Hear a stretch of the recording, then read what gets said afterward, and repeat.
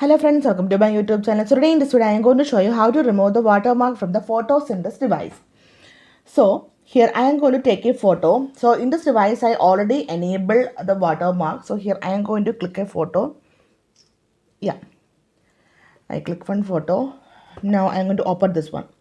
So here you can see that watermark you can see here. Right. So let me show you how to remove this watermark from this photo. Okay. So first of all, we need to select the photo that you want to remove the watermark. And after this, tap on the pencil icon. Tap on this one. So tap on more options here. Here you can see the option object eraser.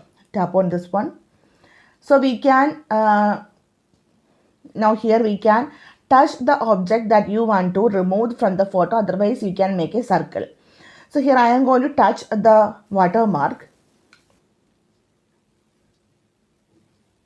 You can see. Now it is selected. Now tap on erase.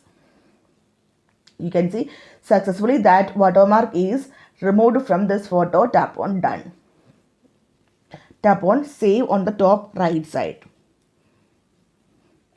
You can see successfully we removed the watermark from this photo in this device.